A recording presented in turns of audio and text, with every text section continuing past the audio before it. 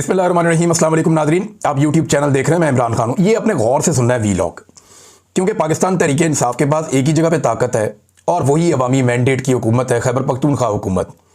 वज़ीर आला सुहेल अफरीदी के ऊपर सारे टाउट एक साथ छोड़ दिए गए। अचानक से सारे मिलकर हमलावर हो गए और अब तक कुछ सियासी रहनुमा हैं, कुछ टाउट्स हैं, कुछ सहाफ़ी हैं, कुछ जो है वो दीगर लोग हैं, ये रल मिल के सुहेल अफरीदी को पड़ गए उनके एक स्टेटमेंट के बाद। ये सारा कुछ क्यों हो रहा है, मैं आपको वो हकीकत बताऊंगा जो आप सुनेंगे तो आपको समझ आएगी कि एक्चुअली बात यही है। अच्छा, पहले ये बंदे जरा देख लें किस किस को लॉन्च किया गया। ताहिर अशरफी साहब, जो काबिल जिक्र थोड़े से लोग हैं, मौलवी, और एमल वली खान, और इसके अलावा इमरान इस्माइल, फवाद चौधरी का एक स्टेटमेंट है, तारड़ वगैरह जो हुकूमती हैं उन्होंने तो ये बात करनी है, और इसके अलावा जो है वो फैसल करीम कुंडी और दीगर बहुत सारे लोग हैं, ये सारे लॉन्च हो गए। इन्हें कहा गया जी आप चढ़ जाओ सारे सुहेल अफरीदी के ऊपर, और बड़ा गुस्सा सुहेल अफरीदी पे इन्होंने किया। सुहेल अफरीदी ने ऐसा क्या कहा जिसको बुनियाद बना के सारे रल के उन्हें पड़ गए। ये ना पाकिस्तान की मिलिट्री एस्टेब्लिशमेंट का एक पुराना तरीकाकार है कि अपने मुखालिफ को एक कदम पीछे हटाओ। जब ये उसे एक कदम पीछे हटाते हैं तो फिर इससे दो फायदे होते हैं। एक तो एस्टेब्लिशमेंट का अपना एक कदम आगे आ जाता है, और दूसरा एस्टेब्लिशमेंट अपने मुखालिफ को पीछे हटने की आदत डालना शुरू कर देती है कि अब तुमने पीछे हटना है। तो पहला कदम जिसने पीछे हटा लिया उसका बेड़ा गर्क हो गया। ये पाकिस्तान की एस्टेब्लिशमेंट का तरीका है, वारदात है। अब इसमें सुहेल अफरीदी काफी अरसे से इनके काबू नहीं आ रहा, और यह शख्स जानता है कि दुखती रग कहां पे है, मुझे किस जगह पे हिट करना है। यह शख्स इतना जानता है। देखिए, 5 मरतबा यह बंदा गया अपने लीडर को मिलने के लिए अडयाला जेल में, क्योंकि मैंडेट उसका है। खैबर पख्तूनख्वा के अवाम तो जानते नहीं सुहेल अफरीदी को, ना वो जानते हैं गंडापुर को, ना वो जानते हैं जुनैद अकबर को, वो तो जानते हैं जनाब इमरान खान को। उन्होंने वोट दिया इमरान खान को, और इन सारों को कहा कि तुम्हारी ड्यूटी इमरान खान को जेल से बाहर निकालना है, बाकी हमें तुमसे कुछ नहीं चाहिए। यह हुआ था इलेक्शन। अब ये बंदा जाके अपने लीडर को मिलना चाहता है, उससे विजन लेना चाहता है कि जनाब आपका मैंडेट है, बताएं सूबा कैसे चलाना है। 5 मरतबा वो आदमी अपने सूबे से निकलता है, अदालती अहकामात साथ लेता है। खुले अदालती अहकामात के बावजूद उस शख्स की उसके लीडर से मुलाकात नहीं करवाई जाती, बल्कि एक SHO लेवल का आदमी उसे वहां पर रोक लेता है और रोक के उसको हर मरतबा बेइज्जत करके वापस भेज देते हैं। अब ये तो सबको मंजूर है, लेकिन सुहेल अफरीदी ने जब कुछ चीजें बताई तो वो उन्हें मंजूर नहीं है। लेकिन हुआ यह कि खैबर पख्तूनख्वा में ना बहुत सारे मिलिट्री ऑपरेशंस हुए हैं। ये जितने भी मिलिट्री ऑपरेशंस होते हैं ना, इनके अंदर बहुत सारी ऐसी चीजें होती हैं जिनसे हमेशा हर मिलिट्री जान छुड़ाना चाहती है। जब भी आप कहीं पे मिलिट्री ऑपरेशन करेंगे, जितनी मर्जी अच्छी फौज हो, वो कोई ना कोई गंद जरूर मारेगी। ये बलूचिस्तान में हुआ, बलूचिस्तान के लोगों को आज भी शिकवा है। जो अकबर बुक्टी का मामला था वो क्या था, एक डॉक्टर के साथ रेप का मामला था, वहां से मामला सारा उठा था। इसी तरह खैबर पख्तूनख्वा में जब ऑपरेशन हुए हैं तो वहां पे लोगों को बेशुमार शिकायत है, और बहुत सारी मैं जानता हूं, लेकिन हम इसके ऊपर बात नहीं करते। देखिए, जितने भी सियासतदान होते हैं ना, या जो अलीट के लोग होते हैं, जो हुकूमतों के अंदर आते हैं, उनके बहुत बड़े बड़े स्टेक होते हैं सिस्टम के अंदर। उन स्टेक्स की वजह से वो लोग बहुत सारी बातें पी जाते हैं, या बहुत सारी बातें जो करने की होती हैं वो नहीं करते। वो ये कहते हैं कि यार ये बातें करेंगे तो मामला खराब हो जाएगा, मेरा ये वाला स्टेक है ये खराब हो जाएगा, मेरी हुकूमत खराब हो जाएगी, मेरे ताल्लुकात एस्टेब्लिशमेंट से खराब हो जाएंगे। लेकिन अजीब बात यह है कि ये जो वजीर आला खैबर पख्तूनख्वा का, इसके स्टेक्स बाहर नहीं है, इक्तदार में भी नहीं है अभी तक। इसका जो वाइड स्टेक है, जो बहुत बड़ा, वो अडयाला जेल के अंदर बंद है, और ये है मिडिल क्लास आदमी। इसको इस बात का पता है कि ये सारी जिंदगी भी एड़ियां रगड़ता, एस्टेब्लिशमेंट की भी गुलामी कर लेता, तो ये कभी वजीर आला खैबर पख्तूनख्वा नहीं बन सकता था। इमरान खान के साथ वफादारी निभाई है, उसके नजरिए के साथ खड़ा हुआ है, तो ये वजीर आला खैबर पख्तूनख्वा बन गया है। उसको इस बात का पता है। देखिए, अगर सुहेल अफरीदी ने किसी वक्त भी इस हुकूमत को अपनी कमजोरी बनाया, या किसी वक्त भी पाकिस्तान की एस्टेब्लिशमेंट को इस बात का जरा सा भी शुबा हुआ कि इस आदमी को अपनी हुकूमत गिरने का खतरा है, या इसको अपनी हुकूमत से प्यार हो गया है, तो फिर वहां कहानी खत्म हो जाएगी सुहेल अफरीदी की।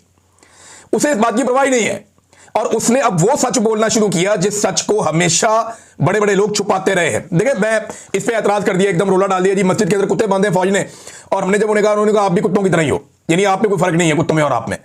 और ये सुहेल अफरीदी ने एक बात बताई, लेकिन यहां सुहेल अफरीदी ने एक बात नहीं बताई, और बातें भी बताई थी। सुहेल अफरीदी ने यह भी बताया था कि एक एक घर की 10-10 लाशें हमने उठाई हैं। इस पर तो किसी ने सवाल नहीं उठाया, किसी ने नहीं कहा कि सुहेल अफरीदी झूठ बोल रहा है। सुहेल अफरीदी ने एक और मुतालबा भी किया था कि मेरा मुतालबा है कि बॉर्डर पर तैनात तमाम लोगों के असासे पब्लिक किए जाएं, ताकि हकीकत सबके सामने वाज़े हो जाए कि वहां से ये लोग अंधाधुंध पैसा बना रहे हैं, सिक्योरिटी फोर्सेज के लोग। इसके ऊपर भी किसी ने आवाज नहीं उठाई, इसके ऊपर भी किसी ने रोला नहीं डाला।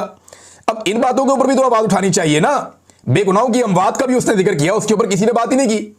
सारे के सारे आगे मस्जिद वाली बात पे, हालांकि एक इंसानी जान की हुर्मत काबे की हुर्मत से ज्यादा है, ये मेरा दीन कहता है। मैं कोई बाहर से नहीं लेकर आया ये स्टेटमेंट, और ये मैंने इन्हीं मौलवियों से सुनी है जो इस वक्त उछल उछल के बयान दे रहे हैं कि एक इंसानी जान की हुर्मत जो है वो काबे की हुर्मत से ज्यादा है। तो आप एक मस्जिद की बात करते हैं, यानी यहां पे आप मस्जिद की बात करते हैं, ओवर रिएक्ट कर रहा है सिस्टम। ये सिस्टम बहाना ढूंढ रहा है कि कहां पे हम सुहेल अफरीदी को दीवार के साथ लगाएं या एक कदम पीछे हटाएं। आज से कुछ अर्सा पहले आपको याद होगा एक अजान देने का सिलसिला शुरू हुआ था पाकिस्तान के बाहर। कुछ दोस्त हैं उन्होंने ये शुरू किया था, अहमद अली साहब वगैरह, कि जनाब हमने अजान देनी है।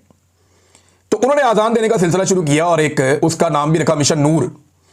तो एस्टेब्लिशमेंट में फौरी तौर पे उनको एक कदम पीछे हटाने के लिए मिशन नूर के नाम को मुतनाज़ बना दिया। मौलवी लॉन्च कर दिए, बंदे लॉन्च कर दिए।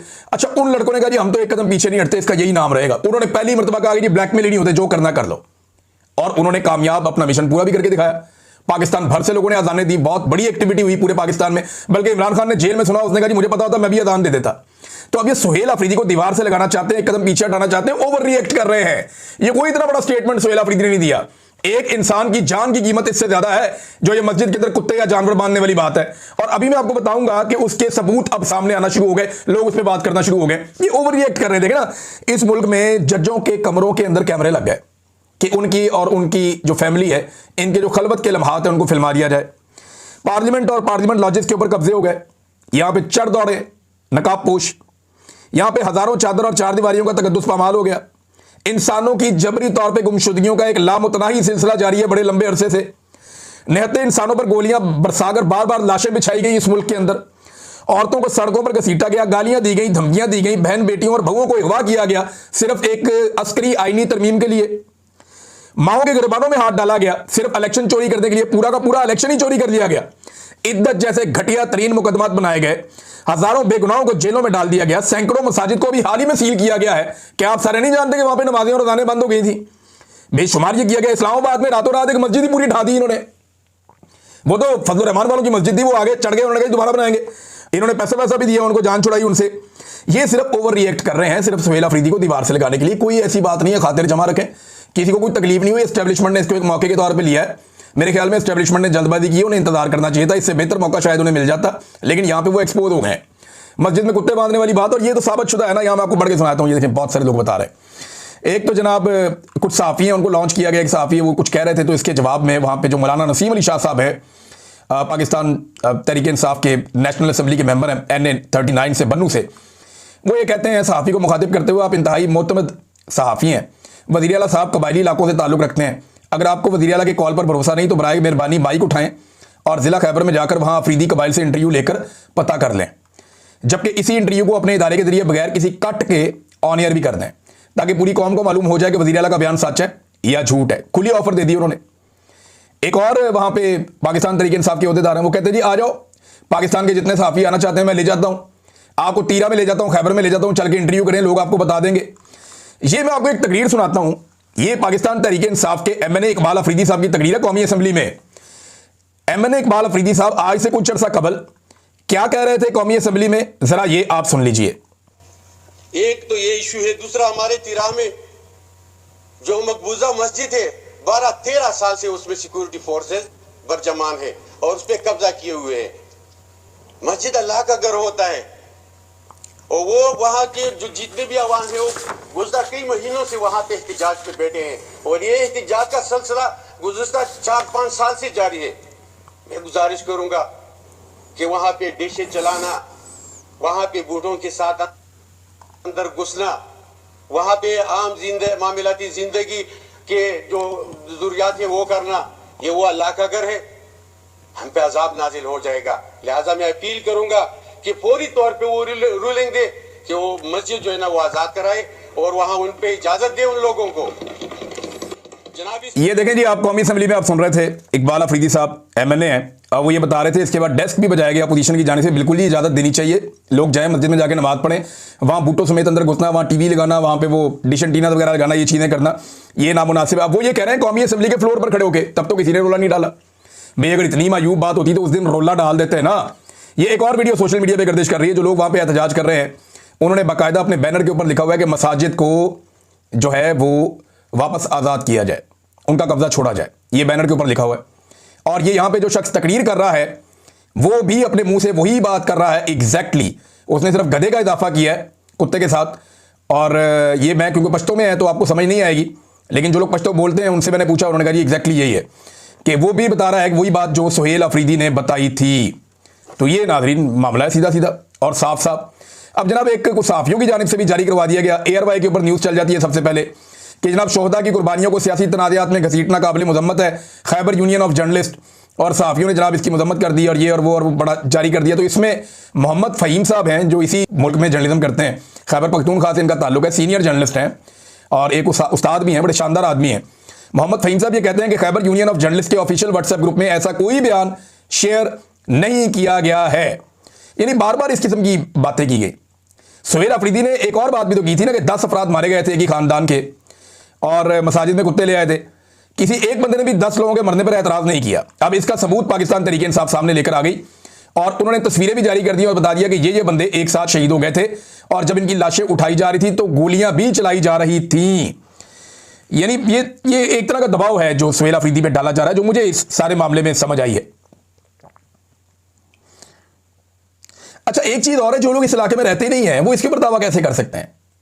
यानी ये लोग जो पंजाब में रहते हैं, लाहौर में रहते हैं, फैसलाबाद में रहते हैं, इस्लामाबाद में रहते हैं, उन्हें क्या पता कि वादी तीरा में और वादी वो उधर खैबर में क्या हो रहा है? यानी ताहिर अशरफी ने उठ के स्टेटमेंट तो दे दिया। ताहिर अशरफी ने जो स्टेटमेंट दिया उसके बाद मेरा पाकिस्तान तहरीक इंसाफ के और जो मकामी लोग हैं उनसे रब्ता हुआ। उन्होंने कहा जी हम हलफ दे देते हैं, ताहिर अशरफी हलफ दे दे इसके ऊपर कि ताहिर अशरफी साहब क्या कुरान पाक पे फैसला कर लेंगे हमारे साथ कि मस्जिद के ऊपर कब्जा हुआ या नहीं हुआ और मस्जिद में जानवर गए या नहीं गए। तो ताहिर अशरफी साहब हमारे साथ कुरान पाक पे रख के फैसला कर लें, उन्होंने ये कह दिया। तो ये आके कहना बड़ा आसान होता, आप इसकी इंक्वायरी क्यों नहीं डिमांड करते? अब ताहिर अशरफी जिस लेवल का मौलवी है उसको चाहिए था कि क्योंकि एक मस्जिद के अंदर जानवर ले जाने की बात हुई है तो बजाय इसके कि एक तरफा स्टेटमेंट जारी कर देता, उसको चाहिए था कि वो ये कहता कि जी इसकी इंक्वायरी करवाई जाए और अगर कोई लोग इसमें मुलव्विस है और ऐसा कोई वाकया हुआ है या मस्जिद के ऊपर कब्जा हुआ है तो कब्जा फौरी तौर पर छोड़ा जाए। देखिए एक इशू है, जब ऑपरेशन हो रहा था ना जिन दिनों में, बहुत मैं पुरानी बात आपको बता रहा हूं, तो ये जो दहशतगर्द ना ये सबसे पहले मदारिस में और मसाजिद में आते थे क्योंकि यहीं पे पाक फौज ने शुरू में इनकी ट्रेनिंग की थी। ये सारे मदारस पाकिस्तान की फौज के साथ मिलकर कोलैबोरेशन के साथ वहां पे दीनी जमातों ने मिलकर बनाए थे और इन मदारस में पूरी दुनिया से आने वाले दहशतगर्दों को ट्रेंड किया गया था। जो अफगानिस्तान से लोग आए थे हिजरत करके, उनके बच्चों को यहां पे पढ़ा के और उनको तरबियत दी गई थी जंग की। फिर वही बाद में तालिबान कहलाए थे, वो वहां पे लड़ने के लिए गए थे। तो जब पाकिस्तान के अंदर दहशतगर्दी के लिए लोग आए तो इन्होंने उन्हीं मदारिस को और मसाजिद को इस्तेमाल भी किया और फिर उसकी वजह से कुछ मदरसे और मसाजिद जो हैं वो शहीद भी हुए। ये बात ठीक है, लेकिन मकामी लोगों का ये कहना कि हमारी मसाजिद के ऊपर लंबे अरसे से कब्जा है, ये बात जो है वो कौमी असेंबली में भी उठाई गई है। लिहाजा इस चीज को उस एंगल से भी देखा जाना चाहिए और सुहेल अफरीदी को दबाने के लिए ये सारा जो बयानिया उसको इस्तेमाल किया जा रहा है। अदरवाइज इसके अंदर और कुछ भी नहीं है, कुछ भी ऐसा नहीं है जिसके ऊपर कोई वबाल खड़ा किया जाए। नाज़रीन, 27वीं आईनी तरमीम जो आ रही है इसके अंदर खतरात क्या क्या है, इसके ऊपर एक डॉक्यूमेंट जारी किया पाकिस्तान तहरीक इंसाफ ने जागो पाकिस्तान के नाम से कि 27वीं आईनी तरमीम का मुसव्वदा तो अभी तक अवाम के सामने नहीं आया, लेकिन जो चीज़ें जिन्हें छेड़ा जा रहा है कि जो मौजूदा आइन है वो क्या है और उसमें जो रद्दोबदल हो सकता है वो क्या हो सकता है। इसमें एक आर्टिकल 160 है, 160